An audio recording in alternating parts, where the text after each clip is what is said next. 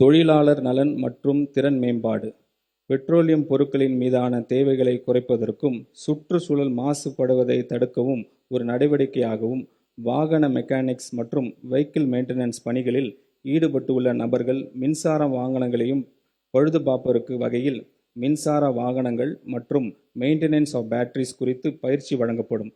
அடுத்த 5 ஆண்டு காலத்தில் 12,500 வெஹிக்கிள் மெக்கானிக்ஸ் உட்பட மொத்தம் 22,500 நபர்கள் இத்திட்டத்தின் வாயிலாக பயனடைவர்.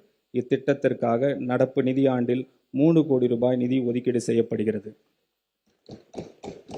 தமிழ்நாடு இளைஞர்கள் உலகளவில் உருவாகி வரும் புதிய வேலைவாய்ப்புகளை பெறுவதை சாத்தியமாக்கும் வகையில் அரசு தொழில் பயிற்சி நிலையங்களில் செயற்கை நுண்ணறிவு மற்றும் இயந்திரவழி கற்றல் AI&ML என்ற புதிய தொழில் பிரிவு 10 கோடி ரூபாய் மதிப்பீட்டில் அறிமுகப்படுத்தப்படும்.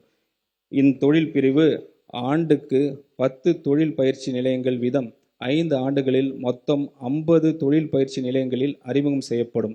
இத்திட்டத்தின் மூலம் 5 ஆண்டுகளில் 24,000 மாணவர்கள் செயற்கை நுண்ணறிவு தொழில்நுட்பத்தில் பயிற்சி பெற்று வேலை வாய்ப்புகளை பெற வழிவகை செய்யப்படும்.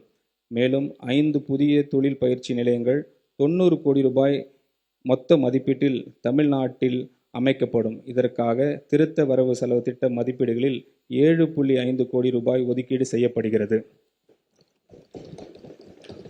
மாநில அரசின் ரெக்ரூட்டிங் ஏஜென்சி மூலம் நடத்தப்படும் பல்வேறு போட்டித் தேர்வுகளுக்கான பயிற்சி வகுப்புகள் மாவட்ட வேலைவாய்ப்பு மற்றும் தொழில்நெறி வழிகாட்டும் மையங்களால் நடத்தப்பட்டு வருகின்றன.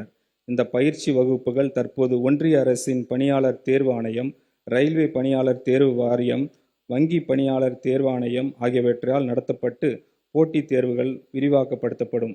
அனைத்து மாவட்ட வேலைவாய்ப்பு மற்றும் தொழில் நெறி வழிகாட்டும் மையங்களின் மூலம் SSC, RRB, IBPS போட்டித் தேர்வுகளுக்கான கூடுதல் பயிற்சி வகுப்புகள் நடத்த 3.38 கோடி ரூபாய் கூடுதல் நிதி ஒதுக்கீடு செய்யப்படும்.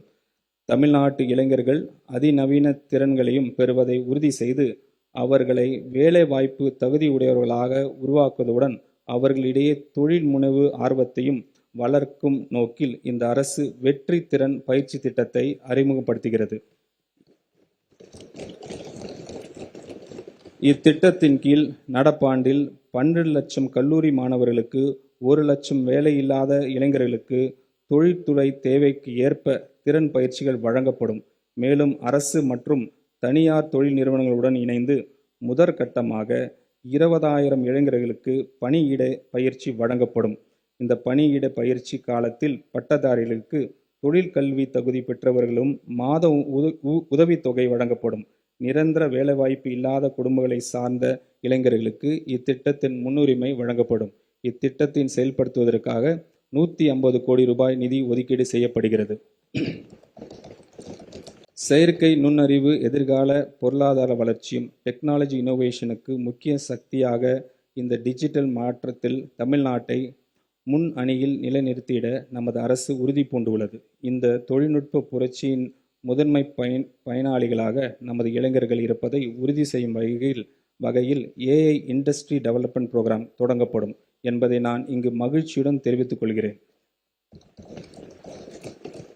இத்திட்டத்தின் கீழ் உயர்கல்வியின் பல்வேறு நிலைகளுக்கு ஏற்ப தனித்துவமான செயற்கை நுண்ணறிவு பாடத்திட்டங்களை வடிவமைக்க கல்வியாளர்கள் மற்றும் தொழில்துறை முன்னோடிகள் கொண்ட நிபுணர் குழு ஒன்று அமைக்கப்படும்.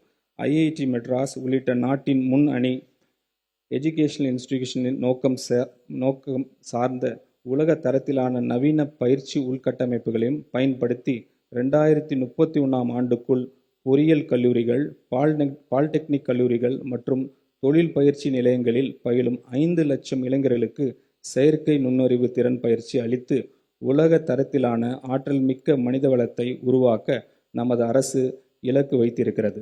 AI, ரொபோட்டிக்ஸ் மற்றும் பிற வளர்ந்து வரும் தொழில்நுட்பங்கள் உலக மாற்றி அமைத்து வரும் சூழலில் இந்த தொலைநோக்க பார்வையை செயல்படுத்தும் விதமாக செயற்கை AI, ரொபோட்டிக்ஸ், வெப் டூல்ஸ் குறித்து அறிவுக்கான தமிழ்நாட்டு பள்ளி திட்டம் தமிழ்நாடு ஸ்பார்க் எக்ஸ்டெண்டட் செய்யப்பட்டுள்ளது. இத்திட்டம் தற்போது உள்ள 5,000 அரசு பள்ளிகளில் இருந்து கூடுதலாக 2,600 பள்ளிகளுக்கு 2026-27ஆம் ஆண்டில் எக்ஸ்டெண்ட் செய்யப்படும். புதிதாக மறுசீரமைக்கப்பட்ட 3 நிலைகளை கொண்ட கட்டமைப்பின் கீழ் 6 முதல் 8ஆம் வகுப்பு வரையிலான மாணவர்களுக்கு இந்த துறை சார்ந்த அடிப்படை பாடங்கள் அறிமுகப்படுத்தப்படும். 9வது மற்றும் 10ஆம் வகுப்பு மாணவர்களுக்கு இடைநிலை அளவிலான பயிற்சியும், 11 மற்றும் 12ஆம் வகுப்பு மாணவர்களுக்கு சிறப்பு விரும்பும் பாடங்களுக்கும் வழங்கப்படும்.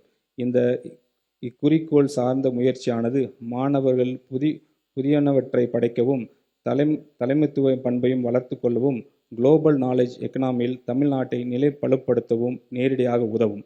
இந்த திருத்த வரவு செலவு திட்ட மதிப்பீடுகளில் தொழிலாளர் நலன் மற்றும் திறன் மேம்பாட்டுத் துறைக்கு 2022 கோடி ரூபாய் ஒதுக்கீடு செய்யப்படுகிறது.